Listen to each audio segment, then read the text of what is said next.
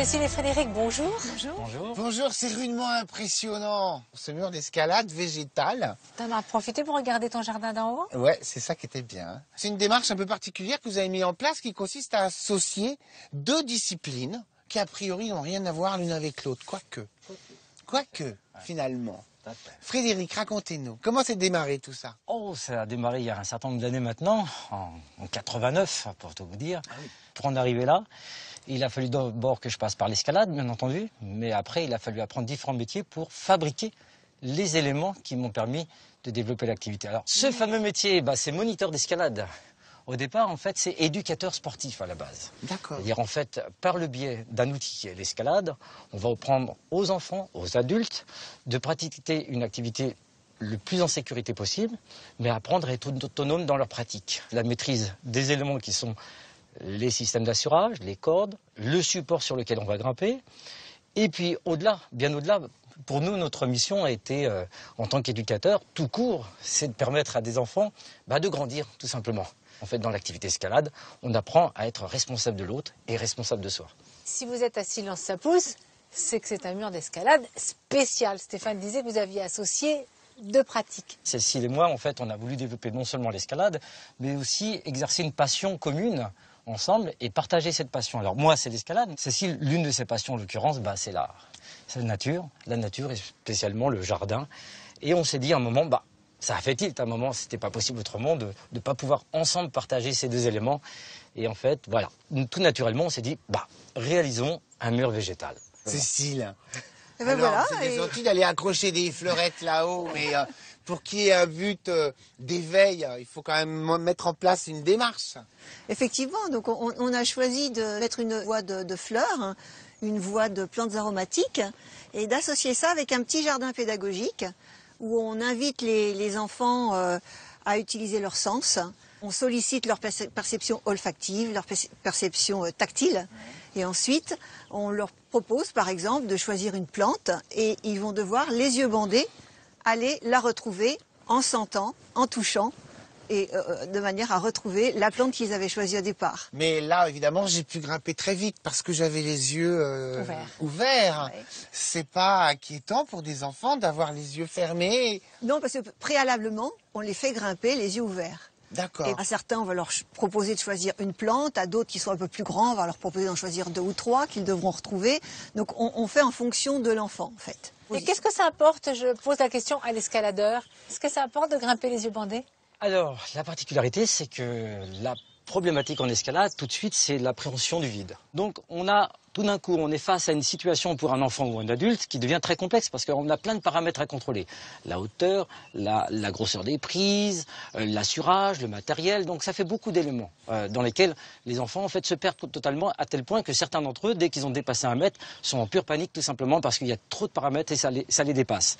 Donc, ce qu'on va faire, on va éliminer les éléments qui vont les inciter en fin de compte à rétrécir tous ces paramètres. Donc en éliminant la vue, tout simplement, on leur permet de ne plus avoir peur du vide parce qu'ils ne le voient plus, de plus chercher la bonne prise parce qu'ils n'ont plus besoin de la chercher, la moindre petite prise qu'ils vont trouver, ils vont l'utiliser. Et en fait, ils vont avoir une confiance naturellement, ils vont avoir tendance parfois à mieux grimper les yeux bandés que les yeux ouverts. Ça, c'est une expérience parce que retrouver de la confiance en ayant perdu un de ses sens... Ouais. C'est à peine pensable. Alors, il faut quand même se rendre compte que tout ça est ambulant. Enfin, vous déplacez de lieu en lieu avec ce mur. Moi, j'ai jamais vu ça. Il y a 20 ans, quand j'ai démarré l'activité en 89, j'avais pas de mur d'escalade mobile. Donc, il a fallu que je me forme à différents métiers pour arriver à obtenir ce résultat-là. Et c'est l'un des résultats qu'on a obtenus, c'est-à-dire en fait avoir tout un système d'hydraulique assisté par un système électrique qui permet d'être complètement autonome quel que soit le lieu où on va. Ça se lève tout seul.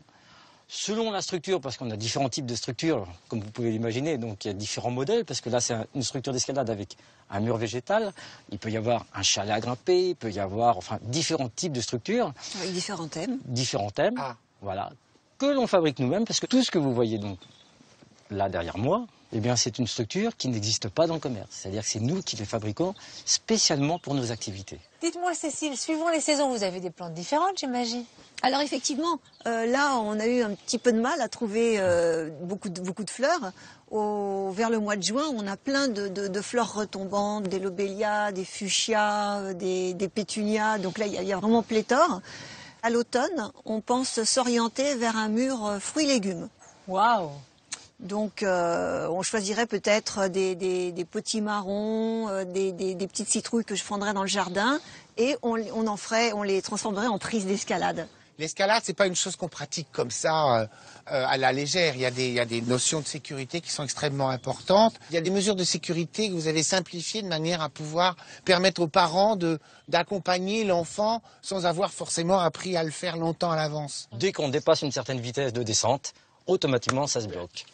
De façon à permettre non pas aux enfants d'assurer, même s'ils assurent dans la réalité des faits, mais simplement dans un premier temps d'apprendre à grimper et se faire plaisir tout de suite. Et c'est ça la grosse difficulté qu'on avait jusqu'à maintenant en séance, c'est qu'on devait leur apprendre l'assurage avant d'apprendre à grimper. Or là, ça fonctionne complètement différemment, c'est-à-dire qu'on apprend à grimper, on se fait plaisir en grimpant, avec un système d'assurage qui travaille en tâche de fond, c'est-à-dire que l'assureur, quoi qu'il arrive, peut lâcher la corde, même si naturellement il ne le fera pas. Qui vous convie à venir initier les enfants plutôt? Essentiellement les collectivités, les communes, les départements de contact. Maintenant, depuis peu, on a fait une animation pendant une semaine, la semaine dernière au Parc Expo de Rouen.